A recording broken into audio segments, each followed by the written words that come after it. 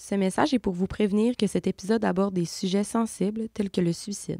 Si cela peut vous affecter, vous pouvez téléphoner au Centre de prévention du suicide au 1-866-APPEL ou communiquer avec Interligne au téléphone ou par clavardage au 1-888-505-1010.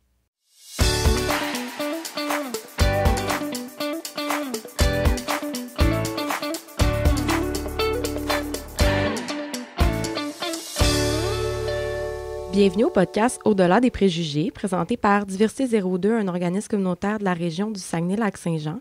Je me présente Marianne Tremblay et je serai votre animatrice pour ce podcast. On reçoit aujourd'hui une personne qui a contracté le VIH, mais avant de lui parler, on va faire un petit peu d'histoire afin de comprendre un petit peu le contexte.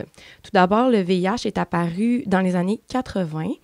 On le nommait avant le cancer gay, puisqu'il touchait principalement les personnes homosexuelles, mais aussi les personnes haïtiennes, héroïnomanes et hémophiles. Je tiens à préciser que depuis 1997, le nombre de cas de sida et non de VIH parmi les personnes hétérosexuelles a dépassé celui des personnes homosexuelles et en 2001, le nombre de femmes infectées par le sida, encore une fois et non par le VIH, a dépassé celui des hommes d'après le portail VIH-Sida. Ici, on parle du sida, puisque le sida, c'est la phase terminale, on va dire, entre guillemets, du VIH. Donc, il n'y a pas de retour en arrière à partir du moment où le sida est entamé. Ce qui veut dire que probablement que ces personnes-là n'étaient pas au courant qu'ils ou elles étaient infectés et qui n'ont pas suivi de traitement, donc qui ont développé le VIH. D'après Statistique Canada, en 2018, il y a environ 62 000 personnes qui vivent avec le VIH. Une personne sur 4 est une femme et la moitié sont des hommes ayant eu des relations sexuelles avec d'autres hommes. Au Canada, en 2016, c'est la mise en marché du médicament de prévention contre le VIH qui s'appelle la PrEP. Pour avoir plus d'informations, je vous propose de consulter le site maprep.org qui va vous donner plus d'informations là, sur comment vous le procurez, à quoi ça sert et tout. Donc, aujourd'hui, on reçoit Bruno Paradis. Bonjour, Bruno. Bonjour, Marianne. Ça va bien? Ça va bien, merci, et toi? Oui, ça va super bien. Est-ce que tu veux un peu nous expliquer pourquoi c'est toi l'invité aujourd'hui? Oui, une très belle invitation de Diversité 02. Alors, de base, je suis comédien, metteur en scène. Je travaille dans le milieu culturel du Saguenay-Lac-Saint-Jean et je travaille sur un projet de création théâtrale, en fait, avec une collègue, une amie proche, Annick Martel, sur le VIH-Sida. Alors, parce que je suis porteur du VIH, je suis séropositif depuis 2008. Ça a bousculé ma vie. On pense aujourd'hui que, vu qu'il y a de la médication, il y a du contrôle, ça se passe bien. Oui, par chance qu'on a ça, mais comme je dis, je l'appelle plus que c'est une maladie mentale qu'une maladie qui peut être physique. Fait que c'est le fait que ça bouscule une vie, ça a bousculé la mienne. J'ai toujours eu envie de vouloir faire une création avec ça. Puis, ça m'amène aujourd'hui à vouloir en parler autour de moi, de vouloir entendre les autres aussi, que si on a envie d'en parler, de démystifier, enlever le stigmate aussi qu'il y a derrière tout ça. Fait que j'ai eu cette belle invitation-là, Diversité 02, qui collabore aussi avec nous sur notre projet de création. Fait que voilà, c'est ce qui m'amène aujourd'hui à discuter avec toi. Je suis très, très content d'être là. Merci d'avoir répondu présent. On va commencer en fait si tu pouvais nous expliquer en fait le processus de diagnostic et de traitement, comment c'est arrivé? Oui. Moi, j'habitais à Montréal à l'époque. Je venais de terminer ma formation à l'École nationale de théâtre du Canada. Et puis, alors, comme jeune comédien, fin vingtaine, 27 ans exactement. Puis, ma carrière commençait bien, mais j'avais plus ou moins de stabilité, je dirais, dans ma vie, où est-ce que, j'étais beaucoup dans la consommation, un peu tête en l'air, à pas prendre tout à fait très bien mes responsabilités. Je pense que j'avais de la difficulté à dealer avec cette carrière-là qui s'amorçait, à me donner le crédit, à me donner c'est ça, le pouvoir, en fait, de le faire. Je pensais que c'était pas pour moi, en fait. C'était pas fait pour ça. Alors, bref, j'avais pas tout à fait une bonne hygiène de vie. Je rencontrais des hommes par-ci, par-là, réseau de rencontres ou dans les bars. Puis, c'est comme ça que j'ai contracté le VIH. Et pour moi, comment c'est arrivé? C'est que j'ai fait partie, du moins dans les statistiques de 2008, de cette année-là que je l'ai contracté.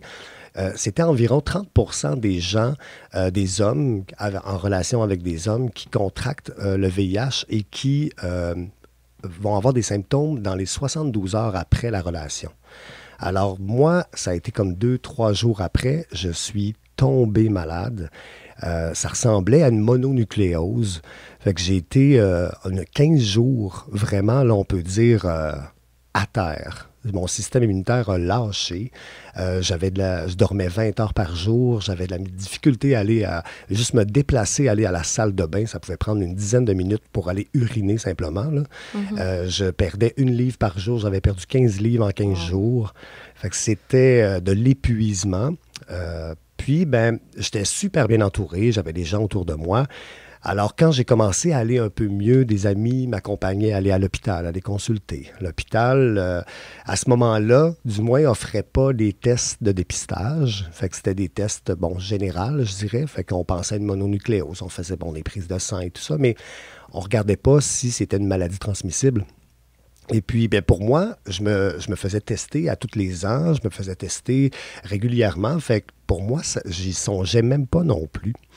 Parce que, effectivement, aussi à cette époque-là, je connaissais pas non plus qui peut avoir ces symptômes-là. Fait que je ne l'associais pas à ça. Puis je travaillais sur un très beau contrat professionnel que j'avais. Puis le metteur en scène avec qui je travaillais, qui est un homosexuel plus âgé que moi, qui lui vécu vraiment dans les années 80. Là, il a perdu beaucoup de gens autour de lui. Ça a été dans ce cancer gay-là que tu nommais, là, dans cette peur-là, parce que ça a été une énorme peur de commencer par une incompréhension. Mais vu qu'il a vécu beaucoup là-dedans, quand j'ai pu retourner tranquillement aux répétitions, puis j'ai été à l'hôpital, dans une clinique, on ne trouvait pas ce que j'avais, c'est lui qui me dit faudrait que tu ailles te faire tester. Puis là, j'ai fait, oui, mais je me suis fait tester il n'y a pas si longtemps, c'était il y a 3 mois. Puis là, il dit, oui. Mais il dit, va te faire tester. Puis là, ouais, OK. Fait que je suis allé en clinique, puis je suis allé me faire tester, puis bien sûr, pas longtemps après, là, ils m'ont téléphoné. Et ils m'ont dit que c'était positif. Fait que c'est à partir de ce moment-là que là, ça bouscule, vraiment. J'ai eu un suivi psychologique. Là. Je suis à la clinique L'Actuelle à Montréal. OK, directement? Directement. J'ai été pris en charge à la clinique L'Actuelle. J'ai un médecin qui m'a été attitré, un médecin spécialiste, mais qui aussi devient ton médecin de famille.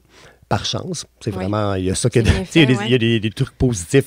C'est séropositif. Je me dis toujours qu'il y a du positif autour de tout ça. Il n'y a pas positif pour rien là-dedans.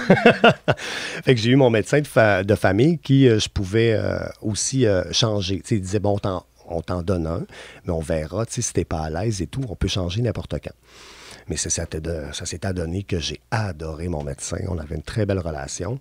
Je dis « avait » parce que là, il a pris sa retraite il y a 2 ans. Fait que là, j'ai un nouveau médecin, plus jeune que moi. Moi, j'ai 42 ans, je ne suis pas si vieux, mais là, je me dis « j'ai un jeune médecin, OK, je vais l'avoir longtemps. » Puis, voilà, puis j'ai eu un suivi psychologique aussi. Puis, mais pour moi, c'était une montagne parce que ce qui change beaucoup, personnellement, c'est tout l'aspect amoureux, l'aspect affectif, l'aspect social aussi. Fait que se dire, qui va m'accepter? Est-ce que je vais m'accepter? Qui va m'accepter? Est-ce qu'une personne, un homme, va rentrer dans ma vie, va vouloir de ça? Moi, je me sentais comme un danger. Je m'appelais une bombe. Moi-même, je me disais, je suis une bombe. C'est pourquoi que le projet de création actuellement s'appelle Les Bombes. Okay. Parce que il y a toujours comme je me disais, je suis un danger. L'intimité ne sera plus pareille. Fait que c'est tout ça qu'il faut défaire pour soi-même. Se donner le temps de le faire aussi. Puis c'est pour ça aussi qu'encore aujourd'hui, je veux en parler. C'est sûr que personnellement, ça me fait un bien à moi. Mais c'est que à travers tout ça, à travers les difficultés qu'il y a eu, j'ai été très bien entouré, bien accompagné, ce qui m'amène aujourd'hui à avoir cette force-là d'en parler, parce que je pense aussi quand même que ça prend de la force. Je m'en aperçois plus, mais je pense que ça prend de la force. Les gens autour de moi me le disent, que ça prend du courage. Mais pour moi, c'est comme une deuxième sortie de placard aussi. On fait notre première sortie en tant qu'homosexuel ou toute orientation confondue, là, mais on quand on doit l'afficher, parce qu'à un certain point, on veut ou on veut pas, mais quand on veut l'afficher, c'est déjà une étape. Fait que c'est la même chose un peu. Moi, je veux pas rester tout seul avec ça, ou juste que ça soit tabou, que les gens autour de moi soient pas à l'aise d'en parler. Puis je connais pas tout. J'apprends encore. Je veux apprendre sur le VIH, sur le sida. Fait que, voilà, ça m'amène à tout ça, à ça aujourd'hui. Mais j'allais te demander, toi, ton coming out, étais-tu déjà fait avant que... Ah oui. Oui, OK. Oui. Moi, ça a été fait, je suis un jeune homme d'une petite municipalité au nord du Lac-Saint-Jean qu'on appelle Normandin. Et puis, Normandin, dans les années 80, par chance, ça évolue. Hein? On évolue tout le temps. Bon, des fois, c'est pas toujours positif, mais dans ce cas-ci, c'est quand même positif. Les gens sont de plus en plus entourés de personnes de diversité. C'est pas facile pour tout le monde, mais j'ai quand même j'ai une mère très présente puis très ouverte à ce sujet-là. Avant même que moi-même je le nomme, elle en parlait autour d'elle. J'étais un enfant quand même qui était un peu plus près des jeux à jouer avec des jeunes filles, à jouer avec des jeux féminins, dits féminins, dans ces catalogues-là, ces étiquettes-là qu'on a. Fait que j'étais plus efféminé aussi. Je faisais des sports qui étaient plus pour les jeunes filles. Puis j'ai vécu mon lot c'est sûr, je me suis fait écœurer. Mais j'ai passé une belle enfance, j'ai passé une belle adolescence. Mais c'était difficile pour moi de m'émanciper. Puis j'étais toujours comme incertain parce qu'il y avait toujours quelque chose de... Non, mais tu sais, dans la vie, il faut être un homme et une femme. Il faut fonder une famille. Puis encore aujourd'hui, j'ai 42 ans, j'ai pas d'enfants, mais j'ai toujours voulu avoir des enfants. J'aime les enfants. Fait que pour moi, c'était dans ma conception sociale de dire, je devrais être avec une femme. Puis j'aime les femmes. J'aime être entouré de femmes. Je les aime, mais pas d'un amour sensuel, sexuel. Et ça peut pas aller jusque-là pour moi. Fait que j'ai dû attendre, en fait, c'était pas à Normandin, adolescent, que j'allais rencontrer un jeune homme. Fait que c'est difficile un peu, c'est mais plus difficile. Possible, oui. Je pense qu'aujourd'hui, c'est plus encore possible. Oui. Mais les années 90, adolescence, du moins, je voulais pas me lancer là-dedans. Tu sais, j'avais fait une déclaration d'amour dans mon adolescence, puis ça avait mal tourné, avec un très bon ami que j'ai perdu par la suite. Alors, je me suis dit, OK, regarde, on va attendre de sortir du Normandin et d'aller voir ailleurs. Sûrement qu'ailleurs, il va se passer autre chose. Fait que je suis allé au cégep à Jonquière, à Saguenay, puis c'est là que, j'ai eu ma première relation, j'avais 19 ans. Fait que c'est à ce moment-là, et ma mère traversait un cancer. Puis ma mère, que je sais qu'elle a toujours été près de moi, puis elle le savait en dedans d'elle, attendait ce moment-là. Mais là, j'avais eu ma première relation sexuelle. J'avais rencontré quelqu'un qui a confirmé ce que je voulais, ce que j'aimais et ce que je suis. Mais je n'étais pas prêt encore de l'annoncer officiellement. Fait que ça a pris le moment où est-ce que j'ai déménagé à Montréal pour aller étudier en théâtre, production à l'époque. Puis que là, j'ai rencontré mon premier copain. Fait que là, j'avais 20 ans. Puis c'est à ce moment-là que j'ai fait, OK, là, je suis en relation stable avec quelqu'un. Pour moi, là, il y a de l'amour. Il n'y a pas juste de l'attirance. Il n'y a pas juste combler quelque chose. C'est que là, il y a de l'amour. Fait que là, puis là, ma mère était très, très malade à cette époque-là. Mais là, je lui ai annoncé. Puis ça a été un des plus beaux moments où est-ce que ma mère a pleuré, mais pas parce qu'elle était triste. Elle a pleuré parce qu'elle était tellement contente qu'enfin, je trouve quelqu'un que je m'aime, que quelqu'un m'aime, que j'aime quelqu'un et que je le dise. Fait qu'elle elle était là, c'était un bonheur total de voir ma mère tout malade, tout qui était chavirée, mais tant heureuse qu'elle savait un peu que, elle allait mourir, elle décédait pas longtemps après, mais elle savait que, pour le reste de ma vie, j'allais pas rester avec ça. Fait que ça a été un beau passage pour moi quand même. Mais je le referai pas. J'ai pas envie de le refaire, mais ça a été un beau passage pour moi. Je sais qu'il y a des gens pour qui c'est tellement difficile. C'est une sortie de placard, là. L'expression est étrange, mais elle est quand même vraie. De sortir de l'ombre, en fait, c'est un peu ça que ça veut dire. Rentrer dans la lumière, c'est pas facile pour beaucoup de monde. Puis il y a des gens qui l'ont pas facile. Mais quand c'est fait, puis après ça, il y a du beau de l'autre côté, là, ça fait du bien. Merci de ce partage-là. Pour vrai, c'est très... Moi, il faut que tu m'arrêtes des fois. Hein. Moi, Non, je peux partir, là, je peux sur on, puis... Non, c'est parfait. Tantôt, tu as parlé de... Je me souviens plus si c'était pendant le podcast ou juste avant, là, que tu trouvais que le VIH était plus une maladie mentale quasiment que physique. Là. Je pense que tu l'as dit. On l'a dit. On t'a enregistré. Par rapport à ça, comment tu as pris la nouvelle? Tu sais, comment tu qualifies ça de plus quasiment mental que physique, là, à part le fait de te sentir comme une bombe un peu, là, pour reprendre tes propos? Là? Ouais, ben, comme je nommais tantôt, c'est sûr que d'un point de vue très personnel, très égocentrique, nommons-le comme ça, c'est que tu as l'impression que tu ne vaux plus grand-chose ou qu'il n'y a personne qui va aimer la personne que tu es rendue maintenant. T'sais. Puis je me voyais... déjà, j'étais dans un problème de consommation, mais là, j'avais une difficulté vraiment à avoir de l'avenir. Je me voyais sans avenir. Je me disais, qui va vouloir être aux côtés de moi? Même côté amical ou familial, je me disais, est-ce que je vais perdre des gens qui ne veulent pas être associés à quelque chose qu'on craint, qu'on a peur, qu'on est mal informé, Puis moi-même, je me rendais compte que j'étais mal informé aussi. Là. Je fais, OK, là, je suis séropositif, puis veux pas, tout ce qui vient dans l'esprit, automatiquement, même si tu entends parler qu'il y a un contrôle, il y a de la médication, mais pour moi, c'était égal mort aussi. Là. C'était égal souffrance, égal mort, et de perte de gens autour de soi. Fait de s'isoler. Puis moi, justement, qui fais partie du milieu artistique, culturel, je suis quelqu'un d'expressif, j'ai besoin d'être entouré, j'aime ça, être à la rencontre des gens, j'aime ça. Et là, je me disais, est-ce que je vais me ramasser tout seul? Fait que, et c'est ça, c'est c'est du noir pour moi qu'il y avait. C'était vraiment difficile à envisager de poursuivre sa vie en se disant, bon, ben il n'y aura personne, tu sais. Mais en même temps, c'est ça, c'est que ça va tellement jouer sur des choses, sur des aspects mentaux, puis que ça devient... t'es plus raisonné à un certain point. Là. Moi, c'est comme ça que je l'ai vécu. Ça a vraiment été un moment d'incompréhension. Et vu que j'étais dans une noirceur de vie en général, j'avais pas une bonne hygiène de vie, je consommais, j'avais tendance à garder les choses pour moi, puis à garder comme une genre de un faux courage, une fausse force qui faisait comme, non, mais les choses continuent. Les choses continuent, puis puis bon, on pallie avec de la consommation puis des choses que je m'en suis vraiment perdu. Puis j'ai pu cacher à des amis très proches que j'allais fondamentalement pas bien. Puis, mais ça a fini, ça n'a pas eu le choix de dire, OK, là, je suis au bout du rouleau. J'étais rendu à un moment où est-ce que je pensais à mettre fin à mes jours à chaque jour. Là, okay. Pendant, ça a duré plusieurs semaines, des mois.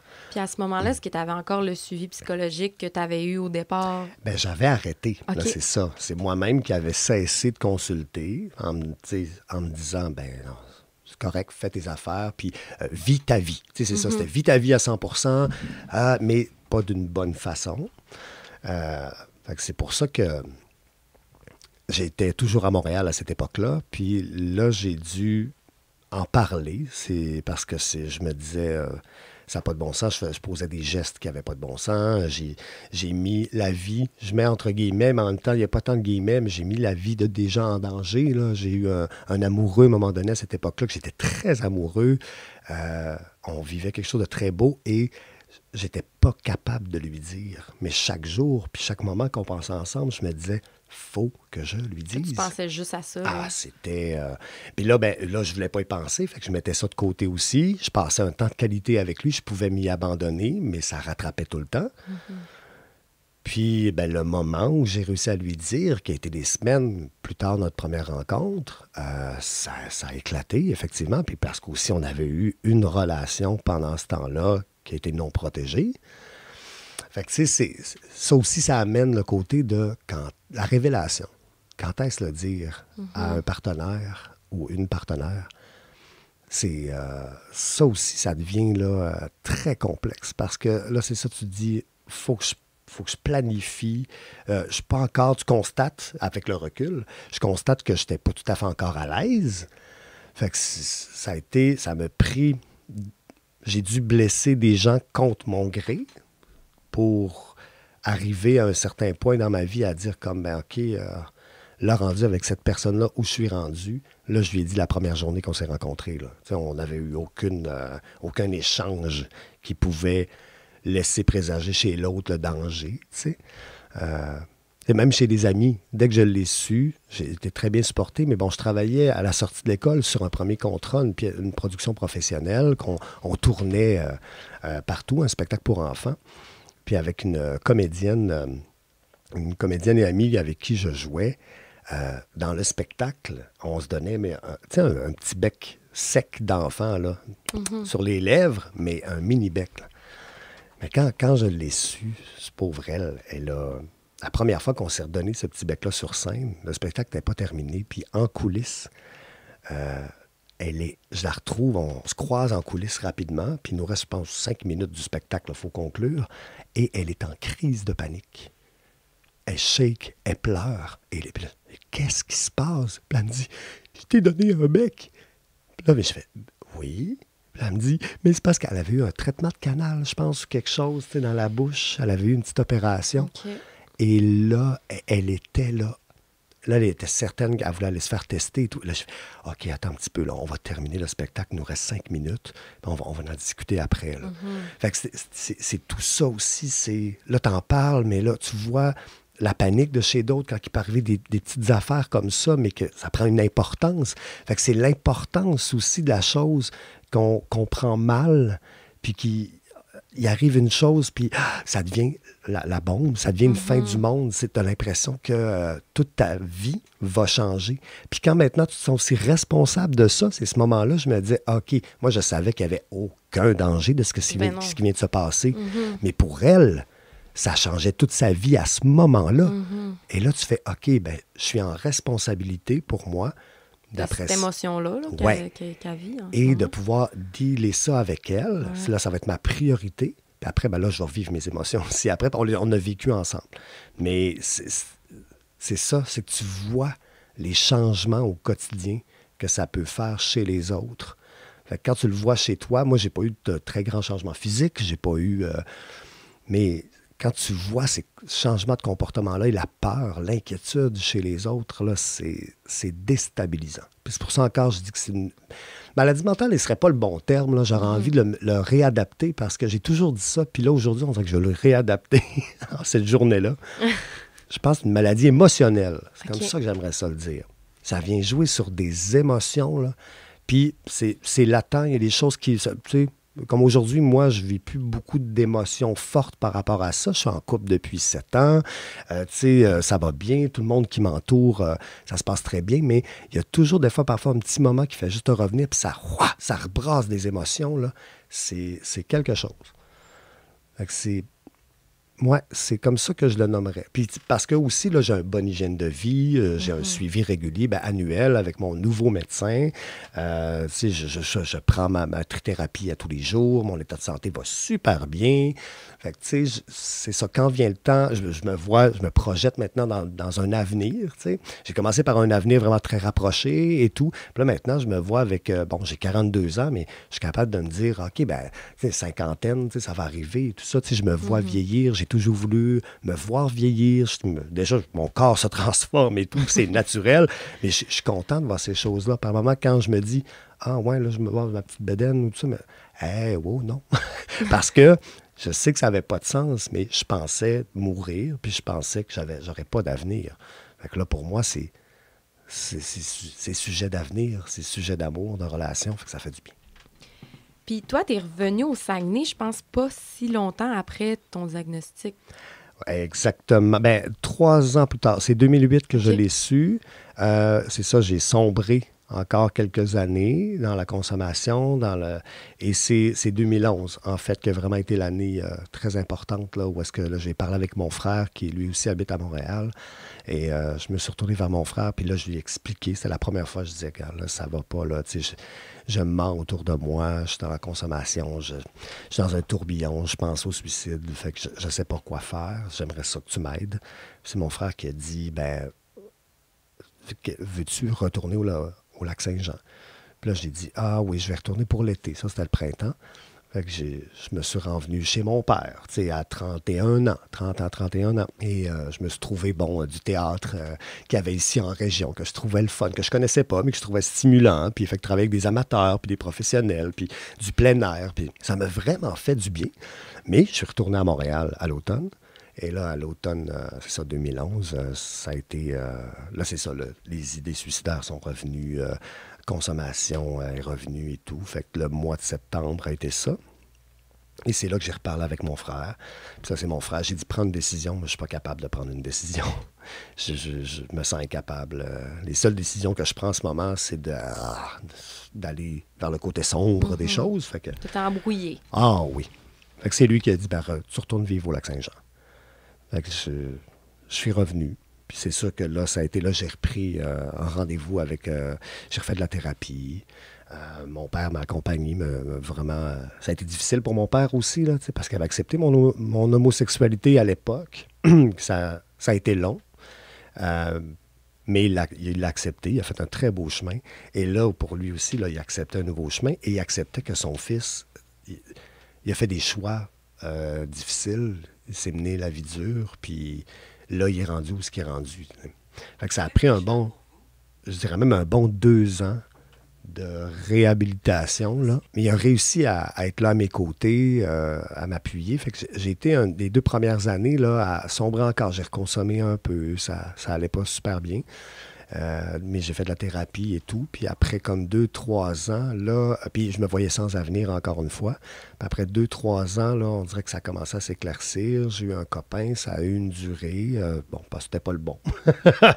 Puis là, après coup, là, j'ai commencé je suis pas très ésotérique, mais à lancer des choses dans l'univers, puis à me dire, là, tu sais, j'aimerais ça rencontrer la personne, j'aimerais ça avoir une maison, j'aimerais ça, tu sais, juste au moins de dire et d'essayer de concrétiser des désirs qui m'amèneraient à espérer puis à voir plus loin.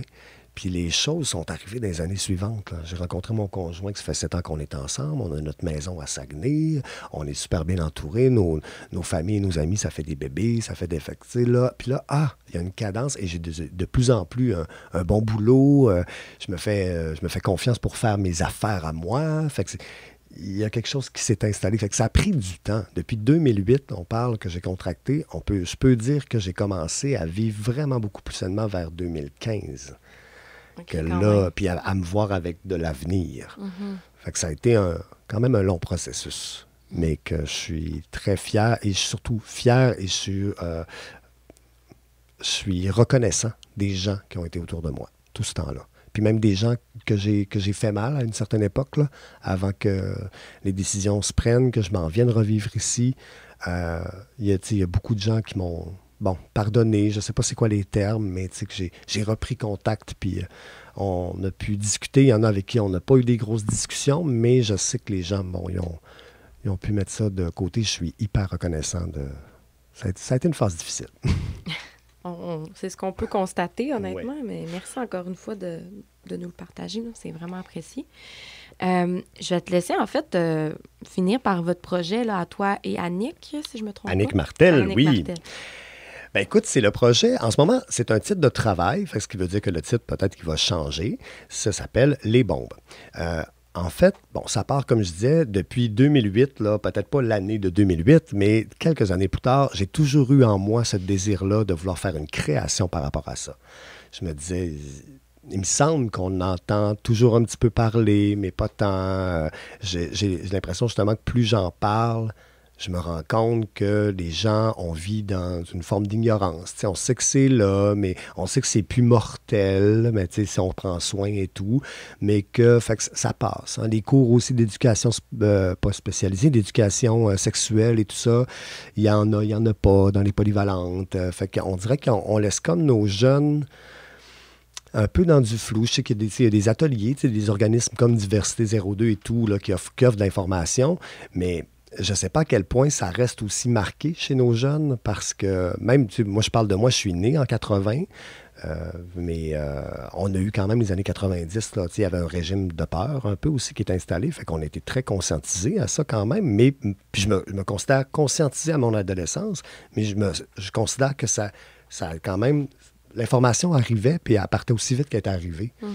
Fait qu'on a eu peur quelques années, mais après ça, pof, c'est fini. Puis après ça, tout ce qu'on entend, c'est « Ah, ça va bien, ça va bien ». Alors, c'est un projet qui est en moi, mais j'ai jamais voulu faire un projet pour moi m'exposer uniquement moi puis parler de moi. Encore là, je le fais là. J'ai pas de gêne à parler de moi, mais je voulais pas que cette création-là soit uniquement moi. Puis là, j'ai eu la chance, une ouverture en 2020, pendant la pandémie. On s'est créé l'opportunité, en fait, le réseau culturel de Saguenay, des professionnels, de faire un spectacle en temps de pandémie pour se faire travailler aussi, puis continuer à travailler, espérer, créer. On a fait un spectacle qui s'appelait 18 clous et plus. Et le concept étant qu'on prenait soit des artistes individuels ou des compagnies qui déjà à Saguenay. On en prenait 10 personnes, 10 projets de 3 minutes et vraiment chronométrés. Et on travaillait, on présentait dans un théâtre. Alors, on a présenté dans 3 lieux différents à Saguenay, dont le Côté-Cour à Jonquière, au Centre des arts de Chicoutimi, et on est allé au Palais municipal de l'Abbé. Et alors, on était 10 présentations. Fait que les gens se promenaient en groupe de 2-3, là, à l'époque de la pandémie, qu'on accueillait dans un endroit du théâtre et on présentait notre pièce. Et comme ça, les gens se promenaient de pièce en pièce et voyaient les 10 représentations.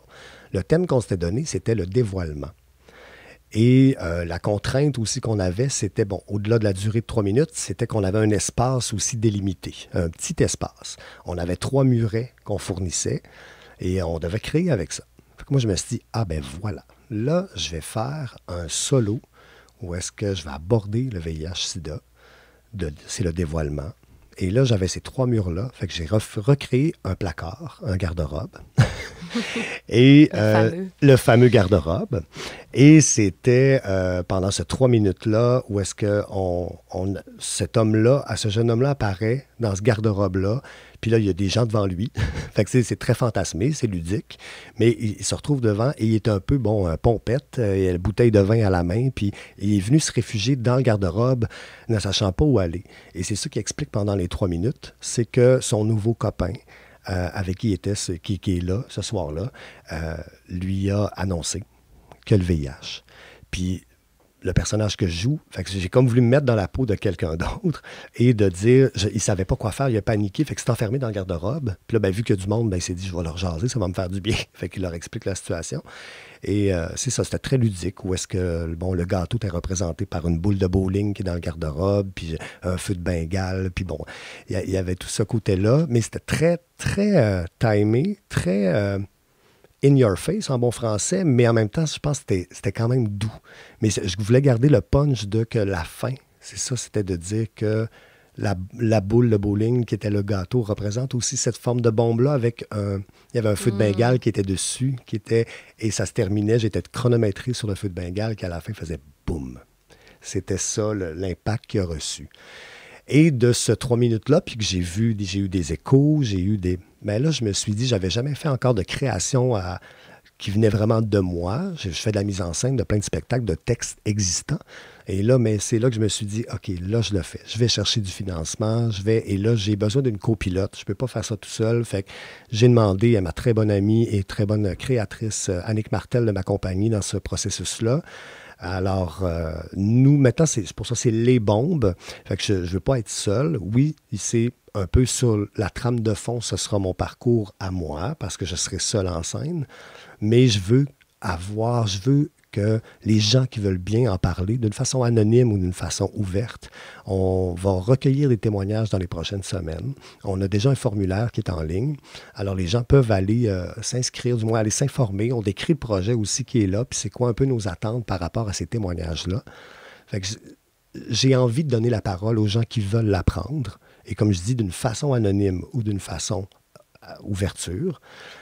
Dans cette démarche-là, c'est une démarche sur une année, le financement qu'on a de recherche et création. Fait que la prochaine année, on fait des laboratoires. Il y a 5 laboratoires artistiques qu'on va développer, en fait, le son et le visuel. On va développer un espace scénique, fait qu'un décor, que je veux travailler sur un plancher en pente et tout ça. On va travailler de la projection. On va travailler toutes sortes d'aspects artistiques, mais avec le fond du sujet, de ce que je porte et de la voix des autres qui le portent. Et quand je dis aussi, c'est des personnes vivant avec le VIH-Sida ou des gens qui entourent, qui sont d'une façon indirecte associés à ça. Fait que soit même des gens qui travaillent, tu sais, comme pour toi, ça serait très bien aussi que je puisse t'interviewer, mais si tu le désires, mais des gens qui travaillent dans ce milieu-là, des gens qui sont amoureux, des gens qui sont porteurs du VIH-Sida, de la famille et tout. Fait que c'est très élargi pour avoir le plus de vision. De vision, exactement. Parce que moi, j'ai la mienne, mais il n'y a pas juste, c'est ça, il n'y a pas juste la mienne que je veux mettre en scène puis que je veux dévoiler. Il y en a plein d'autres. Et moi-même, personnellement, je le fais très égoïstement aussi pour moi parce que je sais que ça va me faire grandir et ça va m'amener ailleurs. Fait que si moi, je m'amène ailleurs aussi, c'est mon désir d'apporter les autres ailleurs aussi avec un spectacle qui, je l'espère aussi éventuellement, pourra être produit en 2024-25. Et ce que je souhaite, c'est que ça puisse tourner. Ça puisse, je voudrais exposer ça, autant chez toute génération confondue, là, qu'on en parle encore avec des aînés qui sont peut-être aussi pognés avec ça, de la famille qui sont pognés avec ça.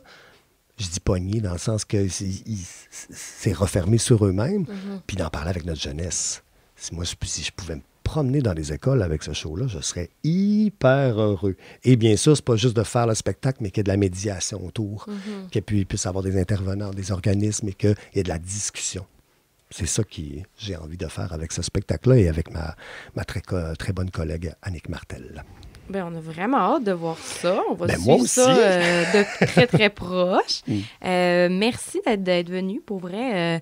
Puis je trouve ça le fun que tu dises que, justement, ton expérience, c'est ton expérience, puis c'est pas, ça représente pas toutes les expériences. Puis ça, c'est quelque chose aussi qu'on voit beaucoup dans la diversité sexuelle. Tu sais, on interviewe des gens pendant le podcast, mais il faut pas oublier que Bruno, il nous parle de son expérience, mais que c'est pas pareil pour tout le monde. Puis il y a autant d'expériences de personnes qui vivent avec le VIH que de personnes qui vivent avec le VIH. En tout cas, je sais pas si ça sonnait bien. Oui, puis exactement, pour faire écho avec le projet, c'est des gens que, parce que ça peut être de transfusion, ça peut être par le sang, différentes orientations et différentes vraiment façons de le contracter, malheureusement. Mais en tout cas, j'approche vraiment tout le monde, tout horizon, qui voudraient s'impliquer ou porter leur voix à un projet rassembleur. Vous êtes les bienvenus. L'invitation est lancée. Oui. Merci beaucoup. C'est ce qui va conclure le podcast. Donc, merci. Merci.